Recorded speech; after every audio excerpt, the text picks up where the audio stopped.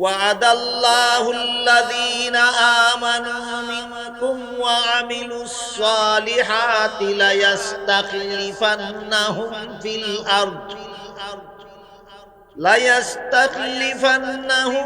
الأرض كما استخلف الذين من قبلهم وليمكنن لهم دينهم الذي ارتضى لهم وليبدلنهم من بعد خوفهم أمنا يعبدونني لا يشركون بي شيئا ومن كفر بعد ذلك فأولئك هم الفاسقون। এখানে আল্লাহ বলেন, হে মুমিন মুসলমানেরা, তোমরা ঈমান আনার পরে যদি আমল ভালো করো তাহলে দুনিয়াতেই তোমাদেরকে তিনটা পুরস্কার। কটা? আল্লাহ দুনিয়াতে নেক আমলওয়ালা ঈমানদারকে দুনিয়াতে তিন পুরস্কার দিলে শান্তি হইব আখিরাতে গিয়া না দুনিয়াতেই? এই আগেই কইছিলাম, আমরা যদি মনোযোগ দিয়ে শুনেন আর আল্লাহ আমার স্বাস্থ্যটা ভালো রাখে, দুনিয়াতে কেমনে সাইড কাম, কেমনে দুনিয়ার জীবনে শান্তির গ্যারান্টি হয় আমি বুঝাবার চেষ্টা করি। বুঝ দেওয়ার মালিক আল্লাহ, চেষ্টা করার দায়িত্ব। আল্লাহ বলেন, হে মুমিন মুসলমানেরা, তোমরা মুমিন হওয়ার পরে আমল যদি ভালো করো তাহলে দুনিয়াতেই তোমাদেরকে তিনটা পুরস্কার দেব। সামনের কথা শোনার আগে মনে রাখেন, মুমিনে আমল ভালো করলে আল্লাহ দুনিয়াতে পুরস্কার কটা দিবেন? তিনটা। এক নম্বর, সারা পৃথিবীর শাসন ক্ষমতা মুমিন মুসলমানের হাতে দিবেন। পৃথিবী মুসলমানের শাসন, ইমানদারের শাসন করবে পৃথিবী। কোন বেঈমান কাফিরকে পৃথিবী শাসন করতে দেব না। এক নম্বর পুরস্কার। দুই নম্বর পুরস্কার আল্লাহ বলেন, তোমরা যে ইসলাম গ্রহণ করার কারণে মুসলমান হইছ, এই ইসলাম ধর্মকে আমি সারা দুনিয়াতে প্রতিষ্ঠা করে দেব। দুই নম্বর পুরস্কার। তিন নম্বর পুরস্কার বলেন, ওয়ালাইউবাদদিলান্নাহুম মিন বাদি খাউফিহিম আমনা। সারা দুনিয়ার সমস্ত সন্ত্রাসীদের হামলা থেকে মুসলমানেরা তোমাদেরকে দুনিয়াতে নিরাপদ করে দেব। কটা পুরস্কার হইল? এক নম্বর পুরস্কার হইল দুনিয়ার শাসন ক্ষমতা আল্লাহ মুসলমানদের হাতে। পুরস্কার, ইসলাম ধর্মকে আল্লাহ নিজের দায়িত্বে সারা বিশ্বে প্রতিষ্ঠা করে দেবে। তিন নম্বর পুরস্কার, সন্ত্রাসীদের হামলা থেকে আল্লাহ মুসলমানদেরকে পরকালে নিরাপদ করে দিবে না দুনিয়াতে? তাহলে এটা আখিরাতের শান্তির গ্যারান্টি হইল না দুনিয়ার শান্তির গ্যারান্টি? কিন্তু প্রশ্ন হইল, আমরা তো চোখ খুললে দুনিয়ার দিকে তাকাইলে দেখি দুনিয়াটা মুসলমানের শাসন করে না, দুনিয়াটা বেদিন কাফিরের শাসন। আমরা ভাইলাম কোথায়?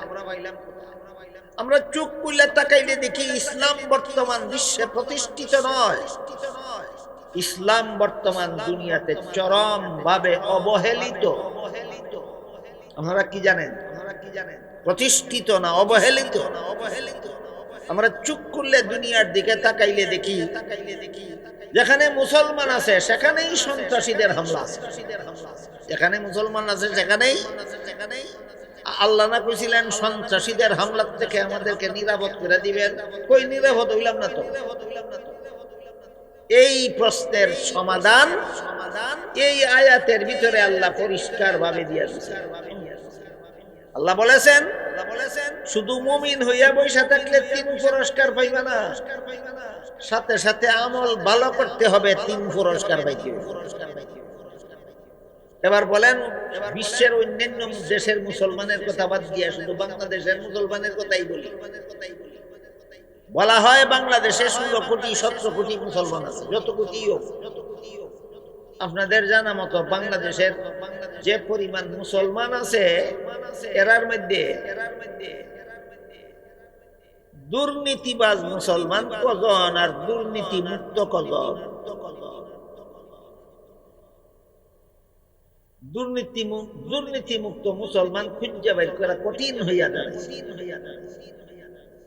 ব্যাপক হারে বাংলাদেশের মুসলমান দুর্নীতিতে লিপ্ত। দুর্নীতির নাম আমল ভালো না আমল খারাপ? আমি আরো সহজভাবে একটা হিসাব দিয়ে বাংলাদেশের কোন মুসলমান চোর আছে? বাংলাদেশের কোন মুসলমান ডাকাত আছে? বাংলাদেশের কোন মুসলমান সুদখোর আছে? বাংলাদেশের কোন মুসলমান ঘুষখোর আছে? মদখোর আছেনি? গাঁজাখোর আছেনি? দুর্নীতিবাজ আছেনি? জালিয়াতিকারী আছেনি? চক্রান্তকারী আছেনি? মানুষের সম্পদ দূরে দখল করে নেওয়ালা আছেনি? ছিনতাইকারী আছেনি? হাইজ্যাকার আছেনি?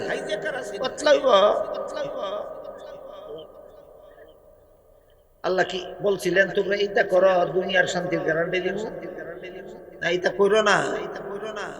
আল্লাহ বলছেন এগুলি কইরো না, দুনিয়ার শান্তির গ্যারান্টি দিব। হেরা এগুলি কইরা দুনিয়াতে শান্তি চায়। পুরার ডিম পাইবা তুমি দুনিয়াতে শান্তি।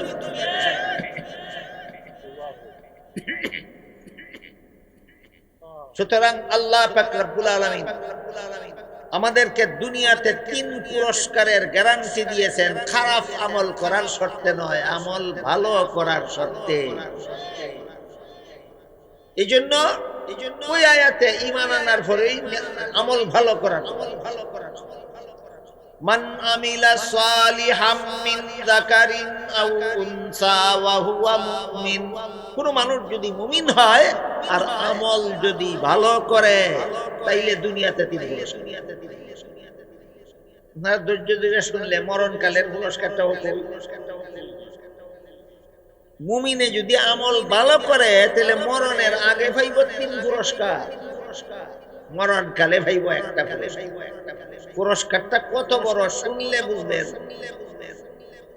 ধৈর্য ধরে শুনবেন। যদি বলেন আমার একটু কষ্ট হইলেও আমি বলব। আল্লাহ পাক রব্বুল আলামিন বলেন ইন্নাল্লাযীনা ক্বালু রাব্বুনাল্লাহু সুম্মা ইসতাকামু তাতানাজ্জালু আলাইহিমুল মালাঈকাতু আল্লা তাখাফু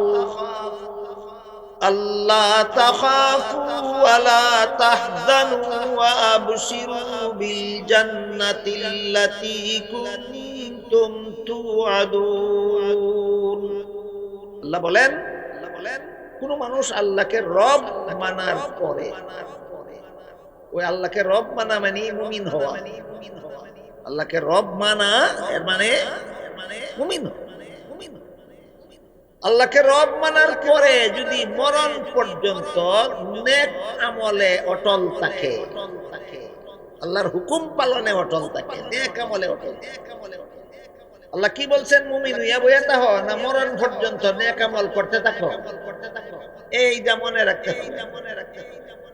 মুমিন হইয়া বসে থাকলে না, মুমিন হওয়ার পর থেকে মরণ পর্যন্ত আল্লাহর হুকুম পালন করতে থাকো, নেক আমল করতে থাকো, নামাজ রোজা ইবাদত বন্দেগী করতে থাকো, তাহলে মরণকালে তোমাদেরকে এত মূল্যবান একটা পুরস্কার আমি আল্লাহ দেব, এর চেয়ে বড় মূল্যবান পুরস্কার মানুষের জীবনে আর হতে পারে।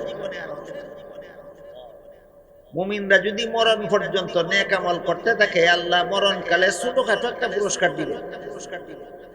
সবচেয়ে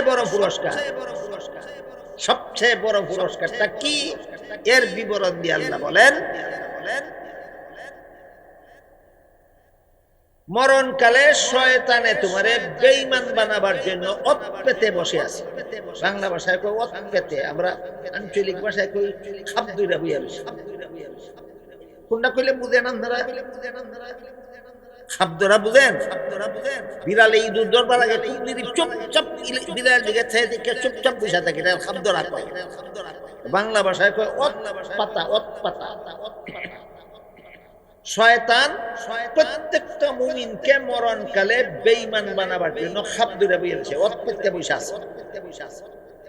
একজন মুসলমানকেও বেঈমান বানানোর চেষ্টা ছাড়বে না শয়তানে মরণকালে। আল্লাহ বলেন হে মুমিন মুসলমানেরা, তোমরা যদি ওই সময়টা আসা পর্যন্ত নেক আমলে অটল থাকো তাহলে মরণকালে শয়তান তোমাকে বেঈমান বানাতে দেব না। রহমতের ফিরিস্তা পাঠিয়ে তোমাকে ঈমান নিয়ে মরণে আমি আল্লাহ সাহায্য করি। ঈমান নিয়ে মরণের চেয়ে বড় সম্পদ জগতে আর কিছু হতে পারে না। যেই ব্যক্তি ঈমান নিয়ে মরতে পারবে তার জন্যই আল্লাহ চিরস্থায়ী জান্নাত নির্ধারণ করেছেন। মরণকালে যদি বেঈমান হইয়া মরে, নাউযুবিল্লাহ, তার জন্য চিরস্থায়ী জাহান্নাম নির্ধারণ করেছেন। যে ঈমান হারাইয়া মরলে চিরকালের জন্য জাহান্নামে যেতে, যে ঈমান নিয়ে মরতে পারলে চিরকালের জন্য জান্নাতে যাওয়া যাবে। বলেন এর চেয়ে বড় মূল্যবান জিনিস আর কি হতে পারে?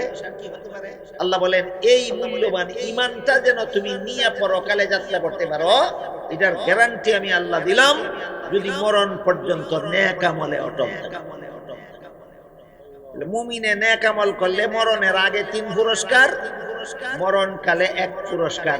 ঈমানের সাথে মরণ নসিব হওয়া। ঈমানদারগণ নেক আমলে অটল থাকলে মরণকালে 1 পুরস্কারটা কি? ঈমানের সাথে মরণ নসিব। কবরেরটা কইতাম, কবরে পাইবার একটা পুরস্কার, সেটা কি? হাদিস শরীফে রাসূল করিম সাল্লাল্লাহু আলাইহি ওয়াসাল্লাম বলেন, মরণের পরে তোমাকে যখন গোসল দিয়া, কাফন দিয়া, জানাজা পড়াইয়া যখন গুরুস্থানে দাফন করা হবে, যারা দাফন করবে এরা তোমার কবরের পাশ থেকে ফিরে যাইতে না যাইতই, যত দূর থাকলে পরে তারা হাঁটার আওয়াজ শোনা যায়, তত দূর থাকা অবস্থাতেই কবরে মুনকার নাকির ফিরিস্তা এসে সে দেখবে যে ফিরিস্তা আয়েশা তাকে জীবিত কইরা বসাইয়া 3টা কথা জিজ্ঞাসা করছে, মান রাব্বুকা, মা দীনুকা, মান হাযার রাজুলুল্লাযী উইসা ফীকুম ওয়া ইউকালু লাহু মুহাম্মদ। হাদিসের ভাষায় কইলাম, আমাদের বাংলা ভাষায় হইল দফনের পরপরই মুনকার নাকির ফিরিস্তা মুর্দাকে সে দেখবে, তাকে জিন্দা করে বসাইয়া প্রশ্ন করতেছে। কি প্রশ্ন? 1 নম্বর প্রশ্ন করবে তোমার রবকে, 2 নম্বর প্রশ্ন করবে তোমার ধর্ম কি, 3 নম্বর প্রশ্ন করবে মুহাম্মদুর রাসূলুল্লাহ সম্পর্কে তোমার মতামত কি। যদি আপনি ঈমান নিয়ে মরতে পারেন, আল্লাহর রাসূল বলেছেন 3 প্রশ্নের জবাব কবরে দিতে পারবেন। আমার কথা বুঝে থাকলে বলেন, কবরে মুনকার নাকির ফেরেশতার 3 প্রশ্নের জবাব দিতে পারবে কে? ঈমান নিয়ে মরতে পারবে যে। মনে থাকবো, ইশারা দিব, মুনকার নাকির ফেরেশতার 3 প্রশ্নের জবাব দিতে পারবে কে? ঈমান নিয়ে মরতে পারবে। জবাব দেওয়া মাত্রই আল্লাহ ফেরেশতাদেরকে বলবেন, ওয়াসিউ লাহু কবরাহু, তার কবরের জগৎটাকে প্রশস্ত করে দাও। হাদিসের এই অংশটা আমি আপনাদের কেমনে বুঝাই? ধরেন 5 হাত বাই 5 হাত একটা রুম, কামরা, বিল্ডিং এ কত হাত? 5 হাত বাই 5 হাত। এই কামরাটার ভিতরে আপনি ঘুমাইছেন, গভীর ঘুমে ধরছে পরে আপনি স্বপ্নে দেখতেছেন আপনি বিশাল একটা রাজবাড়ির সিংহাসনে ঘুমিয়ে আছেন। সিংহাসনটাই ফেরদালটার থেকে আরো বড়। এটা কি ঘুমাইবার আগে দেখছিলেন না ঘুমানির পরে দেখতেছেন? ঘুমাইছিলেন কত বড় কামরা, আর ঘুমে ধরার পরে দেখতেছেন কত বড়, বিশাল। ঠিক তেমনি ভাবে মুর্দারে দাফন করার সময় দেখে 3.5 হাত গর্ত, আর যখন 3 প্রশ্নের জবাব দিয়া সারে, তখন দেখবে যত দূর পর্যন্ত দৃষ্টি যায় তত দূর পর্যন্ত বিশাল একটা জান্নাতের বাড়ি। কবরের পুরস্কার ওই ঈমানদার নেক আমলওয়ালা, কবরের পুরস্কার। রাসূল বলেন কবরে তাকে একটা জান্নাতের বিশাল একটা বাড়ি পুরস্কার দেওয়া হবে। কবরে তার গায়ে জান্নাতের পোশাক পরাইয়া দেওয়া হবে। কবরের বাড়িতে তার জান্নাতের বিছানা বিছাইয়া দেওয়া হবে। আল্লাহ ফেরেশতাদের হুকুম করবেন, কবরের বাড়ির সাথে তার জান্নাতের বাড়ির সাথে তার কবরের বাড়ির একটা গেট খুলে দাও, কিয়ামত পর্যন্ত যেন জান্নাতের সুখ শান্তি এখানে আসা যাওয়া করতে থাকে। আর মুনকার নাকির ফেরেশতা এমত অবস্থায় তার কবর থেকে বিদায় হইয়া যাওয়ার সময় বলে যায়, নাম কানাউমাতিল আরুসিল্লাযী লা ইউকিযুহু ইল্লা আহাব্বু আহলিহি বাসর ঘরে নূতন দুলামিয়া যেমন ভাবে প্রেয়সী বিবির কল্পনায় আনন্দের ঘুম ঘুমায়, ঠিক তেমনি ভাবে তুমি কবরে এমন আনন্দের ঘুম ঘুমাও, তোমার জান্নাতের বিবিদের সাক্ষাতের আগে তোমাকে কবর এই ঘুম থেকে কেউ জাগাবে। এটা হইল ইমানদার যদি নেক আমল করে তাহলে তাদের কবরের পুরস্কার। কোথাকার পুরস্কার? ইমানদার নেক আমল করলে দুনিয়ার 3 পুরস্কার কইলাম, মরণকালের 1 পুরস্কার কইলাম, কবরের কতগুলি পুরস্কার কইলাম। এবার হাসরের মাঠের পুরস্কার শুনবেন। 2-4 জনে কইছে, শুনবেন। হাদিস শরীফে আল্লাহর রাসূল সাল্লাল্লাহু আলাইহি ওয়াসাল্লাম বলেন, ইমানদার নেক আমলওয়ালারা হাসরের মাঠে প্রত্যেকেই দেখবে আল্লাহ তারা একা একা একটা পর্দা দিয়ে ঘেরাও করে আছে। ইমানদার নেক আমলওয়ালারা প্রত্যেকেই হাসরের মাঠে দেখবে আল্লাহ একটা পর্দা দিয়ে তারা ঘেরাও করে আছে। এটার ভিতরে ছাড়া আর কেউ নাই। এই পর্দার ভিতরে আল্লাহ তার সাথে সাক্ষাৎ করবে। সাক্ষাৎ করে কইবেন যে তুমি সারা জীবনে আমার এই পরিমাণ নিয়ামত ভোগ করছো, ঠিক আছে নি? কইব ঠিক আছে। এরপরে কইবেন তুমি সারা জীবনে আমার জন্য এই পরিমাণ নেক আমল করছো। জিজ্ঞেস করবেন ঠিক আছে নি? কইব ঠিক আছে। আল্লাহ বলবেন তুমি আমার যত নিয়ামত ভোগ করছো এর বিনিময়ে আমি তোমার নেক আমলগুলি গ্রহণ করলাম। বুঝতেছেন কথা? সারা জীবনে যে যত টন চাউল খাইছো, যত টন গম খাইছো, যত টন পানি খাইছো, যত কেজি দুধ খাইছো, সব কিছু হিসাব দেওয়া হবে। দিয়া বলা হবে সারা জীবনে আমার এই পরিমাণ নিয়ামত তুমি ভোগ করছো আর এই পরিমাণ নেক আমল তুমি করছো। তোমার এই নেক আমলগুলি আমি আমার যত নিয়ামত ভোগ করছো এইগুলির বিনিময় হিসাবে আমি গ্রহণ করলাম। যে পরিমাণ আল্লাহর নেক আমল করলাম এর বিনিময় কি ভাইলাম যে তা খাইতাছি। কি ভাইলাম? যেটা খাইতাছি। একটার দ্বারা আর একটা খাইতে গেল আনি। আল্লাহর মধ্যে আর বন্দার মধ্যে দেনা ভাবনা রয়েছে নি কিছু? আল্লাহও পাইয়া গেছে আমার নেক আমল আর আমিও দুনিয়াতে বুক করিয়া গেছি আল্লাহর যত নিয়ামত। একটার দ্বারা আর একটা খাইতে গেছে গা। এরপরে আল্লাহ দেখাইব সারা জীবনে যতলা গুনাহ করছিলাম।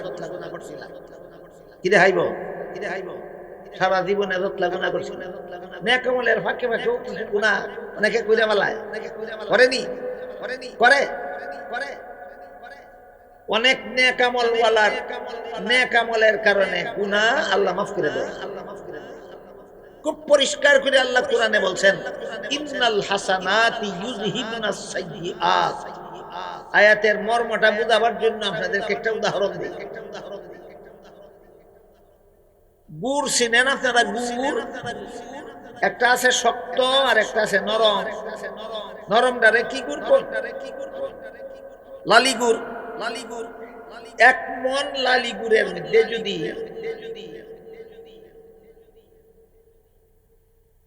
1 মণ লালি গুড়ের মধ্যে যদি 100 গ্রাম ধুলাবালু, 100 গ্রাম ধুলাবালু যদি 1 মণ লালি গুড়ের মধ্যে থাকে আর দেখা যাইব?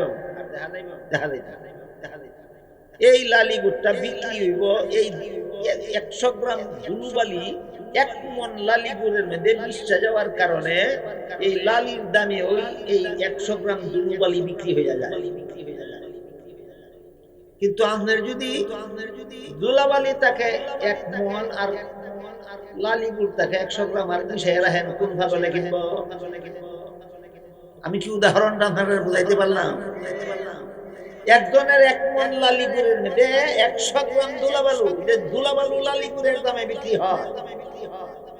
আর একজনের 1 মণ ধুলাবালুর মধ্যে 100 গ্রাম লালি গুড়, কোন ভাগলে কিনবো? ঠিক তেমনি ভাবে ইমানদারদের নেক আমল হবে 1 মণ লালিপুরের মতো, আর ফাঁকে ফুঁকে একটা দুইটা গুনাহ হবে 100 গ্রাম ধুলাবালুর মতো। ওইগুলি আল্লাহ ওই পর্দার ভিতরে একা একা তারে দেখাইয়া কইবেন যে সারা দুনিয়ার জীবনে আমার যত নিয়ামত ভোগ করছো, এর বিনিময়ে যত নামাজ রোজা ইবাদত বন্দেগী করছো আমি গ্রহণ করলাম। তোমার আমার দেনা ভাবনা শেষ। তখন কও তোমার গুনাহগুলির শাস্তি কাটায় নিব। আল্লাহর রাসূল বলেন, যখন আল্লাহ পর্দার ভিতরে বান্দারে একা একা জিজ্ঞাসা করে ফেলবেন, এখন তোমার গুনাহগুলির শাস্তি কে নিব, তখন বান্দা মনে করবে যে আমার এখন জাহান্নামে যাওয়া ছাড়া গতি নেই। ঠিক এই মুহূর্তে আল্লাহ বলেন, তোমার এই নেক আমলগুলির কারণে তোমার এই ছোটখাটো ফাঁকে ফুকের যত সামান্য গুনাহ আমি তোমারে মাফ করে দিলাম। নেক আমলের হাসরের মাঠে নেক আমলের পুরস্কার। মুমিন বান্দা যদি আমল ভালো করে দুনিয়ার পুরস্কারের কথা বুঝে মনে আসেনি? মুমিন বান্দা যদি আমল ভালো করে মরণকালের পুরস্কারের কথা মনে আসেনি? মুমিন বান্দা যদি আমল ভালো করে কবরের পুরস্কারের কথা মনে আসেনি? মুমিন বান্দা যদি আমল ভালো করে, আল্লাহর রাসূল বলেন হাসরের মাঠে আল্লাহ গোপনে একা একা পর্দার আড়ালের ভিতরে তার জীবনের হিসাব নিকাশ কইরা তোমার জীবনের গুনাহ মাফ করে দিলাম, পুরস্কার দিবেন। সর্বশেষ পুরস্কার হলো আল্লাহ বলেন, ওয়াসিকাল লাযীনা তাকাউ রাব্বাহুম ইলাল জান্নাতি যুমারান হাত্তা ইযা জাউহা ওয়া ফুতিহাত আবওয়াবুহা ওয়া ক্বালা লাহুম খাযানাতুহা সালামুন আলাইকুম তিবতুম ফাদখুলুহা খালিদিন। এই আয়াতের শেষের বাক্যটা হলো ফাদখুলুহা খালিদিন, চিরকালের জন্য জান্নাতে প্রবেশ করো। নেক আমলের শেষ পুরস্কার, নেক আমলের শেষ। কাজী আল্লাহ বললেন, কোন মানুষ যদি মুমিন হয় আর আমল ভালো করে, 1 নম্বর কাজ হইল মুমিন হবে, 2 নম্বর কাজ হইল আমল ভালো করে। মুমিন হয় 6 কথা বিশ্বাস করলে, আর আমল ভালো করলে দুনিয়ার পুরস্কার, মরণকালীন পুরস্কার, কবরের পুরস্কার, হাসরের মাঠের পুরস্কার, সর্বশেষ পুরস্কার। বুঝলেন তো? এবার যাই 3 নম্বর কাজ। 1 নম্বরে মুমিন হবে, 2 নম্বরে আমল ভালো করবে, 3 নম্বরে আমলটা সহি নিয়তে করবে। সহি নিয়তের ব্যাখ্যা নতুন ভাবে আজকাল করা দরকার আমি মনে করতেছি। যারা যারা তাবলীগে যায়, চিল্লা দেয়, এরা সহজে বুঝে, কারণ তাবলীগের চিল্লার মধ্যে 6টা কথা আছে। 1 নম্বর কলেমা, 2 নম্বর নামাজ, 3 নম্বর ইলম ও জিকির, 4 নম্বর ইকরামুল মুসলিমিন, 5 নম্বর এই যে 5 নম্বর সহি নিয়ত। এরা ওইখানে সহি নিয়ত শিক্ষা আসে। যারা আলেমানা চিল্লাও দিছে না, সহি নিয়ত বুঝেও। আপনারা যদি এখানে এমন কেউ থাকেন যে আপনি আলেমানা চিল্লাও দিছেন না, তাহলে আপনার লাগি এখান থেকেই বুঝা যাওয়া দরকার সহি নিয়ত কারে কয়। সহি নিয়ত কয় আমি যত নেক আমল আমি করতেছি, এইগুলি দ্বারা দুনিয়ার কোনো মানুষকে দেখাইতেও চাই না, দুনিয়ার কোনো মানুষকে খুশিও করতে চাই না, এইগুলির কোনো পুরস্কারও আমি দুনিয়ার কোনো মানুষের কাছে চাই না, একমাত্র আল্লাহকে খুশি করার জন্য আমি আমলগুলি করি। এই নিয়তটার নাম সহি নিয়ত। এই নিয়তটার নাম সহি। সহি নিয়তের অভাবে 3 দল নেক আমলওয়ালারা শেষ বিচারের দিন জাহান্নামে যাবে। সহি নিয়তের অভাবে 3 দল নেক আমলওয়ালা জাহান্নামে যাবে। তাহলে নেক আমল এমনিই কাজে লাগবে না নিয়ত সহি থাকলে? বলেন, রাসূল বলছেন কত দল মানুষ নেক আমল থাকা সত্ত্বেও সহি নিয়তের অভাবে জাহান্নামে যাবে? 3 দল। 3 দলের প্রথম দল হইল শহীদ। হাদিস শরীফে আল্লাহ রাসূল বলেন, হাসরের মাঠে আল্লাহ এক প্রকার শহীদরে জিজ্ঞাসা করবেন, তুমি কি আমল কইরাইছো? তুমি আল্লাহ তোমার রাস্তায় যুদ্ধ কইরা জান দিয়া শহীদ হইয়াছি। আল্লাহ ফেরেশতারে কইবেন, ফেরেশতা শহীদের ঠ্যাঙ্গ জিঞ্জির দিয়া বাঁধলো, উল্টা হেসরাইয়া জাহান্নামে নিয়ে যাবে। শহীদ আল্লাহর কাছে জানতে চাইবে, তোমার রাস্তায় জান দিলাম, শহীদ দিলাম, জাহান্নামে যাব কোন দোষে? আল্লাহ বলবেন, আমার রাস্তায় লড়াই করছো, জান দিছো, শহীদ হইছো, সব ঠিক আছে, কিন্তু তোমার নিয়ত ছিল না আমি আল্লাহরে খুশি করতা, তোমার নিয়ত ছিল সমাজের মানুষের কাছে বীর যোদ্ধা উপাধি লাভ করতা। বীর যোদ্ধা উপাধির পাগল হইয়া তুমি যুদ্ধ করতে গেছো, কাজেই তোমার জাহান্নাম ছাড়া কোনো পুরস্কার আমি আল্লাহর কাছে। গেল একদল নেক আমলওয়ালা জাহান্নামে যাব সহি নিয়তের অভাবে, এরা হইল একদল শহীদ। 2 নম্বর নেক আমলওয়ালা জাহান্নামে যাব দান খয়রাতকারী। আল্লাহ রাসূল বলেন এক শ্রেণীর দান খয়রাতকারীকে আল্লাহ জিজ্ঞাসা করবেন কি আমল করে আইছো, কইবো আল্লাহ বড় কষ্ট করে ধন সম্পদ কামাই করছিলাম, লক্ষ লক্ষ কোটি কোটি টাকা তোমার রাস্তায় দান করে দিছি। আল্লাহ ফেরেশতারে বলবেন ফেরেশতা দানবীরের ঠ্যাঙ্গ জিঞ্জির দিয়া বাঁধো, উল্টা হেসরাইয়া জাহান্নামে নিয়ে যাও। দানবীর আল্লাহর কাছে জানতে চাইবে কোন দোষে। আল্লাহ বলবেন দোষ একটাই, তোমার নিয়ত ভালো না। তুমি মসজিদে দিছো লাখ টাকা, মাদ্রাসা দিছো কোটি টাকা, আমি আল্লাহ খুশি হব এমনটা তোমার নিয়ত ছিল না। তোমার নিয়ত ছিল সমাজের মানুষ তোমাকে মারহাবা ধন্যবাদ দেবে। কাজে আমি আল্লাহর কাছে তোমার মতো দানবীরের পুরস্কার জাহান্নামের আগুন ছাড়া আর কিছু নাই। কত দল গেল আর কত দল রইল? 3 নম্বর দলের কথা কইলে আমরা রুশে ভরব। আমরা রুশে, আমরা যারা আওয়াজ করি। হাদিস শরীফে আল্লাহ রাসূল বলেন হাসরের মাঠে আল্লাহ এক শ্রেণীর আলেমদেরকে জিজ্ঞাসা করেন, এখন কার কে তো শ্বাস করব? কার কে তো? হ্যাঁ, আল্লাহ রাসূল বলেন হাসরের মাঠে আল্লাহ এক শ্রেণীর আলেমদেরকে জিজ্ঞাসা করবেন কি আমল করে আইছো? এরা কইবে আল্লাহ তোমার বান্দাদের কাছে তোমার দিন প্রচার করে আইছি। ফেরেশতারা কইবেন আল্লাহ, ফেরেশতারা কইবেন ফেরেশতা আলেমের ঠ্যাঙ্গ লোহার জিঞ্জির দিয়া বাঁধো আর উল্টা হেসরাইয়া জাহান্নামে নিয়ে যাও। আলেম আল্লাহর কাছে জানতে চাইবে কোন দোষে? আল্লাহ বলবেন আমার বান্দারে আমার কথা শুনাইছো, ভালো কাম করছো, কিন্তু তোমার নিয়ত ছিল না আমার আল্লাহ খুশি হইব, তোমার নিয়ত ছিল তোমার তোমার শ্রোতারা তোমার ভক্ত হইয়া যাইব। আজকাল শ্রোতারারে ভক্ত বানানির লাগি রসুলের যুগে রসুলে পেছেন ওয়াজ করব, দিনের কথা শুনাইব, কোরআন হাদিসের কথা শুনাইব, শ্রোতাদেরকে ভক্ত বানানির লাগি আজকাল বক্তারা ভক্ত বানানির লাগিও কোরআনের কথা হাদিসের কথা শোনায় না, দিনের কথা শোনায় না, মানুষ ভক্ত বানানির লাগি গান গায়, ওয়াজের নামে গান গায়। যদি আল্লাহরে খুশি করো নাই তোর উদ্দেশ্য আছিল, কোরআন তুইয়া গান গাছ কেন লাগিয়া? যদি জিজ্ঞাসা করা হয় গান গাছ কেন, গান গাই না, ওলির শান গাই। এরে আমি উপাধি দিছি বাউল সম্রাট। বাউল গান যারা গায় এরা আমাদের সিলেটি ভাষায় কয় বাউলা। বাউল গান যারা গায় এদেরকে আমরা সিলেটি ভাষায়, আপনারা কি কোন জানি না, আমরা সিলেট কই বাউলা। এ বাউলা স্টেজে উঠতেই গান গাওয়া শুরু করে। আশা করা হয় তুই কোরআন হাদিস কিবে গান গাছ কেন? গান গাই না, ওলির শান গাই। ওলির কি শান গাছ একটা শোনা, আমি একটা শোনাই আপনারা। এই বাউলাই ওলির শান নামে কি গান, কেমন কুফুরি গান কর।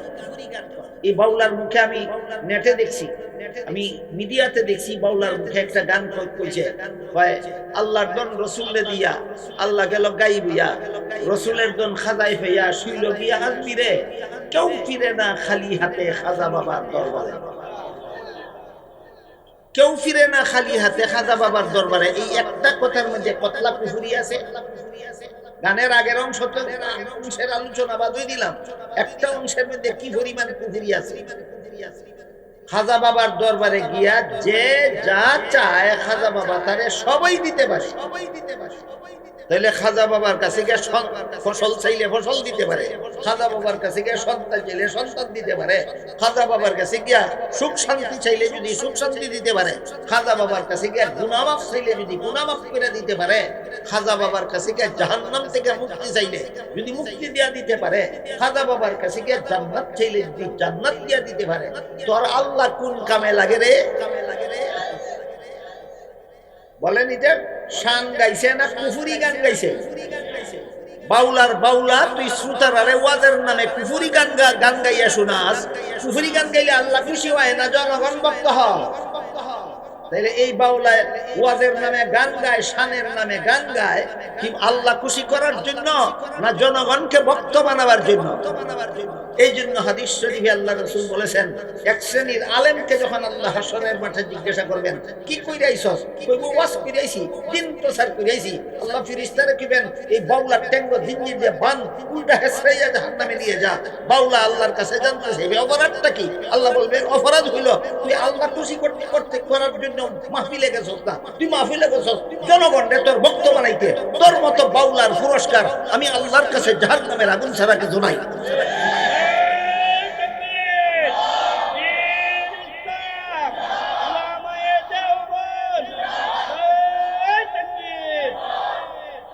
কত দল গেল জাহান্নামে,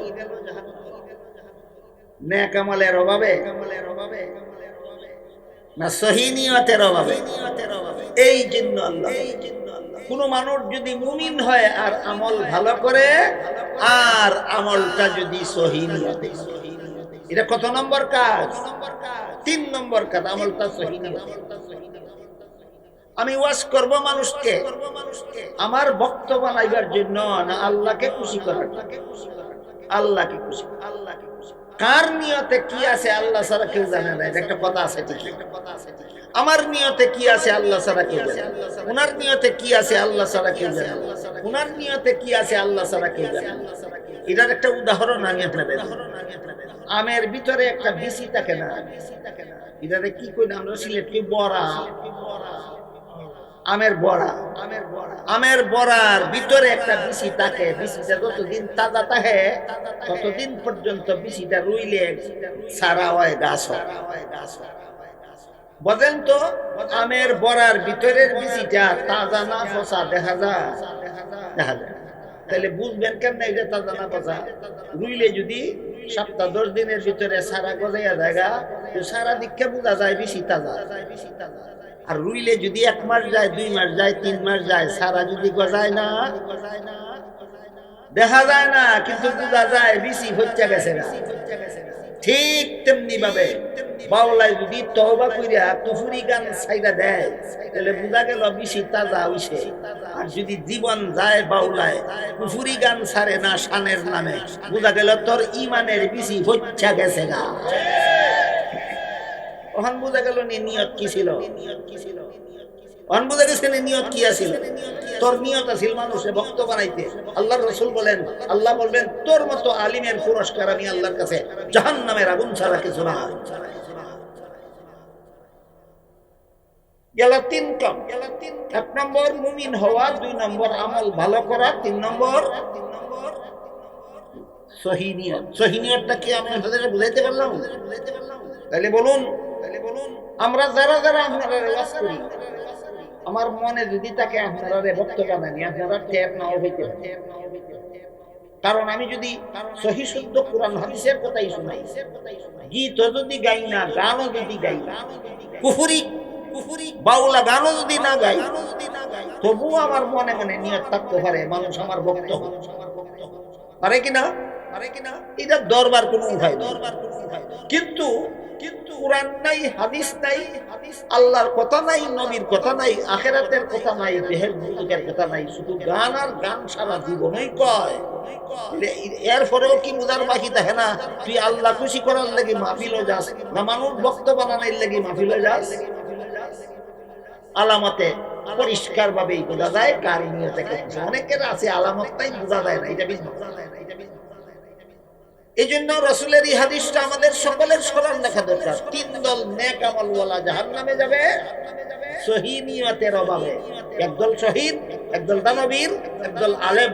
একদল শহীদ, একদল দানবীর, একদল আলেম সহি নিয়তের অভাবে জাহান্নামে যাবে। আর রইছে কত কাম? 1 কাম। এটা কি? নবীর তরিকা। ইমান, আমল, সহি নিয়ত, নবীর তরিকা। 1 নম্বর মুমিন হওয়া, 2 নম্বর নেক আমল করা, 3 নম্বর সহি নিয়তে করা, 4 নম্বরটা নবীর তরিকা কি? এবার বুঝি। তরিকা শব্দটা আরবি ভাষা, এর বাংলা হইল পদ্ধতি, নিয়ম। মানুষের জীবনের সকল কাজের নিয়ম পদ্ধতি নবী শিক্ষা দিয়েছেন। মানুষের জীবনের সকল কাজের নিয়ম পদ্ধতি রাসূল শিক্ষা দিয়েছে। সংসারের কাজেরও পদ্ধতি রাসূল শিক্ষা দিয়েছেন, ধর্মের কাজেরও পদ্ধতি রাসূল শিক্ষা দিয়েছে।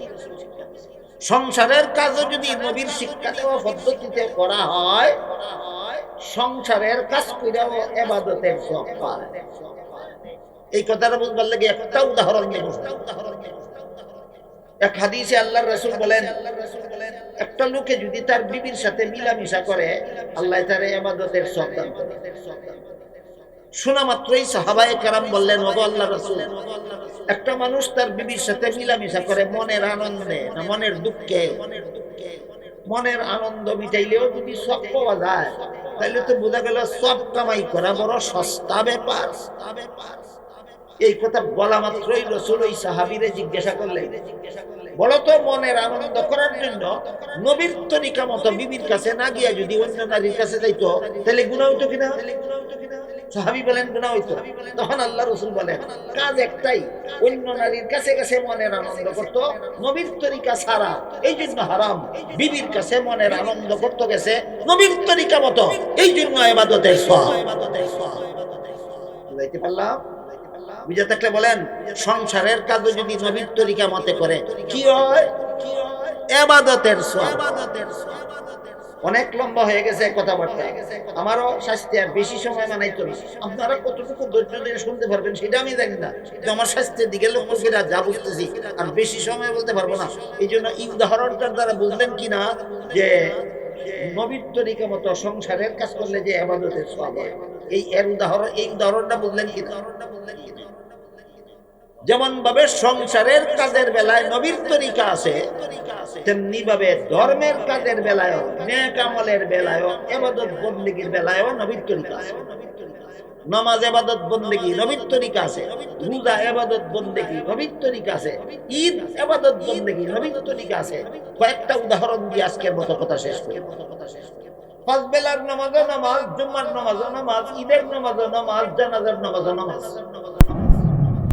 কিন্তু পাঁচ বেলার নামাজে জামাতের জন্য আযান ইকামত দেওয়া নবীর তরিকা, জুম্মার নামাজেও জামাতের জন্য আযান ইকামত দেওয়া নবীর তরিকা, নবীর শিক্ষা দেওয়া নিয়ম। কিন্তু ঈদের নামাজে আর জানাজার নামাজে আযান ইকামত একটাও নবীর তরিকায় নাই। ঠিক আছে?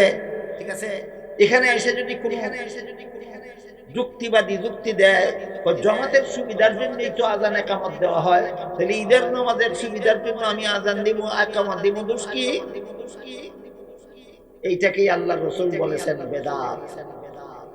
ঈদের নামাজ নবীর তরিকা মতো আযান নাই, দিলে হবে বেদাত। ঈদের নামাজ নবীর তরিকা মতো ইকামত নাই, দিলে হবে বেদাত। জানাজার নামাজে আযান ইকামত তো নাই, রুকু সিজদাও নাই। জানাজার নামাজে কোরআন তেলাওয়াত নাই, নবীর তরিকা মতে জানাজার নামাজে কোরআন তেলাওয়াত নাই, নবীর তরিকা মতে জানাজার নামাজে রুকু সিজদা নাই। এবার আমার কথা যারা বুঝছেন বলেন, কেউ যদি জানাজার নামাজে কোরআন তেলাওয়াত সওয়াবের কাম কইয়া করতে থাকে, কোরআন তেলাওয়াত বেদাত কেন? নবীর তরিকায় নাই। কেউ যদি জানাজার নামাজের মধ্যে রুকু দেয়, নবীর তরিকায় নাই, রুকু বেদাত। কেউ যদি জানাজার নামাজে সিজদা করে আল্লাহরে, এই সিজদা বেদাত হবে, কেন? নবীর তরিকায় নাই। ঠিক তেমনি ভাবে কেউ যদি জানাজার নামাজের সালাম ফিরে মুনাজাত করে, এটাও নবীর তরিকায় নাই, বেদাত।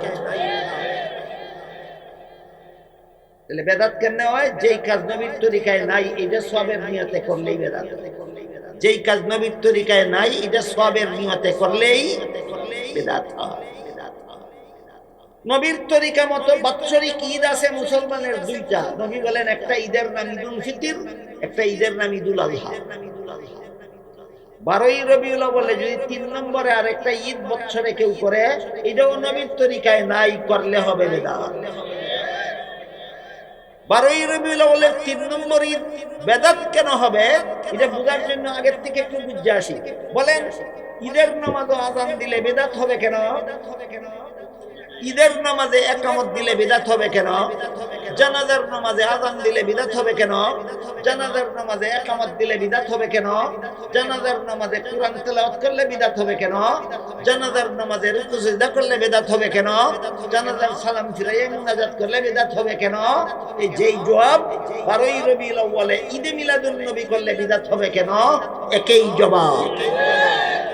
এটা যেমন নবীর তরিকায় নাই সওয়াবের নিয়তে করছো বেদাত, এটাও নবীর তরিকায় নাই সওয়াবের নিয়তে করছো বেদাত। এই সাফাবাজ বেদাতিরা এখানে আইসা কিছু সাফাবাজি শুরু করে। ঈদ অর্থ আনন্দ, ঈদ অর্থ আনন্দ। নবীর জন্মে তোমরা বেজার নি, আমরা বেজার না, আমরা আনন্দ। এটার নাম আমি কইলাম নবীর জন্মে আনন্দ করলেই যদি সব হইয়া জায়গা। আবুল আহাব তো নবীর জন্মে আনন্দ হইয়া খুশি হইয়া বান্দি আজাদ ফিরা দিছিল, হ্যাঁ সব হইব না। সাফাবাদে করছে কি এটার কোনো জবাব দিতে না ভাইরা। কয় আবুল আহাবে যেমন নবীর জন্মে আনন্দ দেখাইয়া সব পাইছে না, তেমনি ভাবে উবাই ইবনে কাব এক মুনাফিকের নাম, উবাই ইবনে কাব, হে সিরাতুন নবী পালন করছে, হে তো সব পাইছে না। তাইলে শুধু মিলাদুন নবীর দোষ হবে কেন? সিরাতুন নবীর তো দোষ আছে।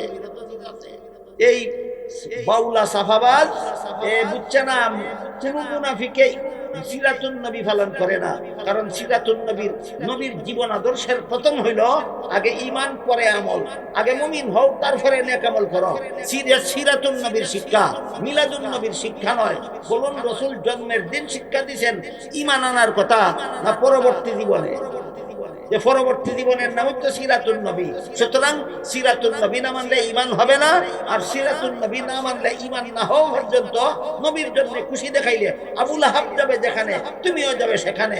সিরাতুন নবীর আদর্শ মতো ঈমান না আইনা নবীর মহব্বতে জান দিলে আবু তালিব যাবে যেখানে, তুমিও যাবে সেখানে। আরো একটু ক্লিয়ার করি, রাসূলের জন্মকে মিলাদুন নবী। রাসূল আপনাদের ঈমানের দাওয়াত দিয়েছিলেন জন্মের দিন না পরবর্তী জীবনে? জন্মরে কয় মিলাদুন নবী, আর পরবর্তী জীবনটারে কয় সিরাতুন নবী। তাইলে ঈমানের সম্পর্ক মিলাদুন নবীর সাথে না সিরাতুন নবীর সাথে? তাইলে কোন মুনাফিকে কি সিরাতুন নবীর অনুসরণে ঈমান আনছে না? সুতরাং মুনাফিকের সাথে সিরাতুন নবীর তুলনা চাপাবাজ বেদাতীদের চাপাবাজি ছাড়া আর কিছু না। এই জন্য আল্লাহ পাক রব্বুল আলামিন চারটা কাজের কথা বলছেন। 1 নম্বরে মুমিন হও, 2 নম্বরে আমল ভালো করো, 3 নম্বর সহিহ নিয়তে করো, 4 নম্বর নবীর তরিকা। নবীর তরিকা মতে করলে সুন্নাত, মন গড়া মতে করলে বিদআত। আপনারা ঈদুল ফিতর করেন, ঈদুল ফিতর করেন, রোজার ঈদ মন গড়া না নবীর তরিকার কারণে? ঈদুল আজহা করেন মন গড়া মতে না নবীর তরিকা মতে? নবীর তরিকা মতে ঈদে মিলাদুন নবী নাই, যারা করে মন গড়া মতে করে। এই জন্য ঈদুল ফিতর নবীর সুন্নত নবীর তরিকা, ঈদুল আজহা নবীর সুন্নত নবীর তরিকা, ঈদে মিলাদুন নবী নবীর সুন্নত নয়, নবীর তরিকা নয়, যারা করে বেদাত করে।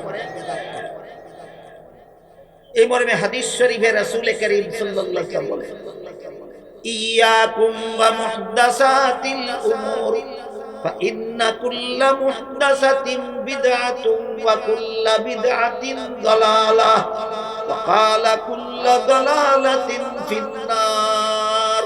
সাবধান আমার উম্মত মুসলমানেরা, ধর্মের কাজ মন গড়া মতে করবা না, করলেই বেদাত। মন গড়া যুক্তি দিয়া ধর্মের কাজ করার নাম ওই বেদাত। বেদাত করলে জান্নাতের পথ হারাবে, জান্নাতের পথ হারালে জাহান্নামে যেতেই হবে। জিজ্ঞাসা করে নবীর জন্মে তোমরা খুশি কিনা? আমি জবাব দিব পরে। নবীর মেরাজে তুই খুশি কিনা আগে কও।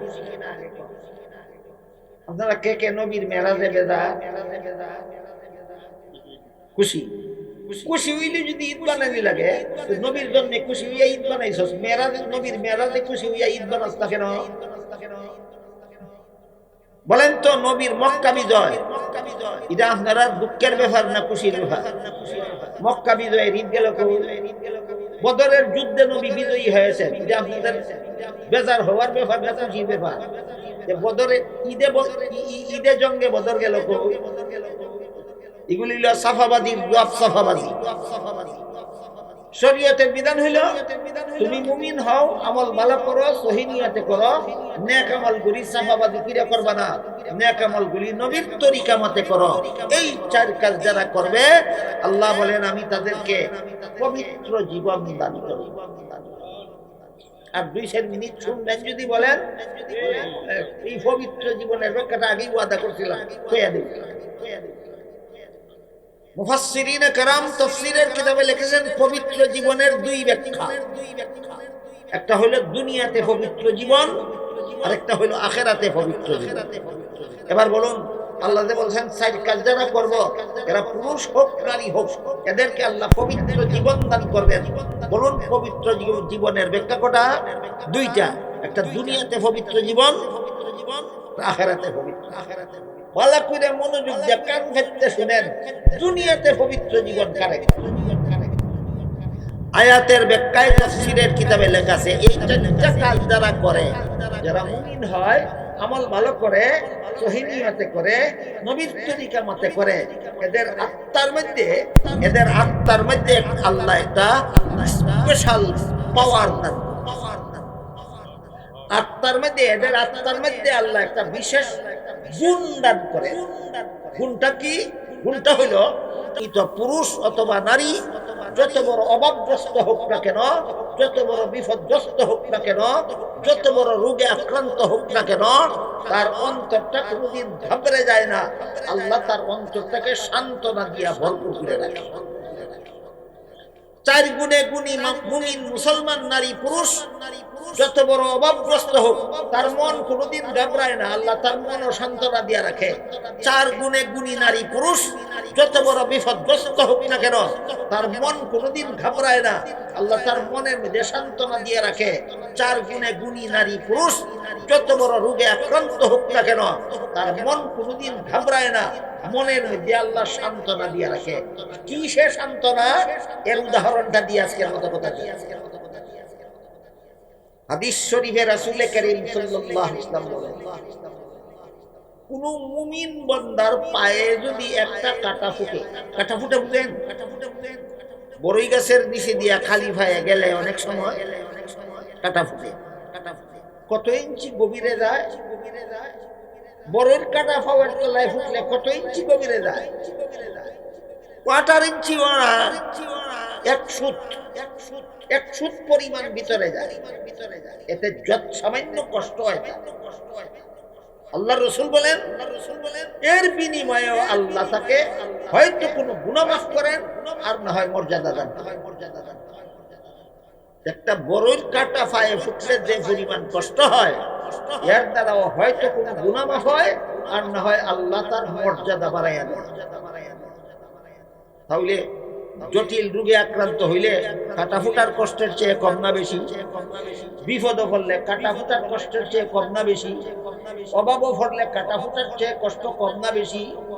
কাঁটা ফুটার কষ্টের দ্বারা যদি আল্লাহ 2 পুরস্কার নির্ধারিত করে রাখছে, তাহলে আমি যত বড় রোগে আক্রান্ত হই না কেন, আল্লাহ আমার জন্য মহা পুরস্কার নির্ধারণ করে রাখছে। এই ইয়াকিন, এই বিশ্বাস, এই ঈমান তার অন্তরকে ঘাবড়াতে দেয় না, তার অন্তর সান্ত্বনায় ভরপুর থাকে। আমি যত বড় অভাবগ্রস্ত হই, যত বড় ঋণগ্রস্ত হই, যত বড় বিপদগ্রস্ত হই, আমার অন্তর ঘাবড়ায় না। কোন বিশ্বাসে? যে আল্লাহ এর বিনিময়ে আমার জন্য হয়তো গুনাহ মাফ করতেছে, আর না হয় বিশাল পুরস্কার আমার জন্য নির্ধারিত করে রাখছে। এই ইয়াকিন আমার আত্মার মধ্যে এমন একটা স্পেশাল পাওয়ার আসে। এই ইয়াকিনের দ্বারা, এই বিশ্বাসের দ্বারা অভাবের বিপদকে বিপদ মনে হয় না, ঋণের বিপদকে বিপদ মনে হয় না, রোগের বিপদকে বিপদ মনে হয় না। কোন রকমের অনিষ্টর কারণে অন্তর ঘাবড়াইয়া যায় না। এটা হইল দুনিয়ার শান্তির গ্যারান্টি। কোন জীবনের শান্তির গ্যারান্টি? দুনিয়ার পবিত্র জীবন মানে দুনিয়ার শান্তির গ্যারান্টি। পবিত্র জীবনের আরেকটা ব্যাখ্যা হলো আখিরাতে পবিত্র জীবন। আয়াতের ব্যাখ্যায় তাফসীরের কিতাবে সাফ করে লেখা আছে, পরিষ্কার ভাবে লেখা আছে, আখিরাতের পবিত্র জীবন মানে জান্নাতি জীবন। আখিরাতের পবিত্র জীবন মানে জান্নাতি জীবন। জান্নাতের জীবনটা কেমন পবিত্র এর বিবরণ দিয়ে শেষ করার মতো শারীরিক অবস্থা আমার নাই, স্বাস্থ্য মানায় না। এরপর একটা উদাহরণ দিয়ে কথা শেষ করি। হাদিস শরীফে উল্লেখ আছে জান্নাতি পুরুষদেরকে যে সমস্ত বিবি দেওয়া হবে, স্ত্রী দেওয়া হবে, এই সমস্ত বিবি জান্নাতি কোন মহিলা, জান্নাতের কোন স্ত্রী যদি শুধু হাতের পাঞ্জা, হাতের কবজির থেকে বাকি অংশটারে আমরা পাঞ্জা কই, আপনারা কি কই? পাঞ্জা। আল্লাহর রাসূল বলেন জান্নাতি কোন বিবি যদি শুধু হাতের পাঞ্জাটা দুনিয়ার আকাশে ঝুলাইয়া দিবে, কোথায়? দুনিয়ার আকাশে। তাহলে কিয়ামত পর্যন্ত দুনিয়ার আকাশে চন্দ্র সূর্য উদয় না হইলেও জান্নাতি মহিলার হাতের পাঞ্জার রূপে দুনিয়াতে জীবনে কোনোদিন রাত হইতো না, চিরকাল দুনিয়াটা হাতের পাঞ্জার রূপে ঝলমল ঝলমল ঝলমল করতে থাকে।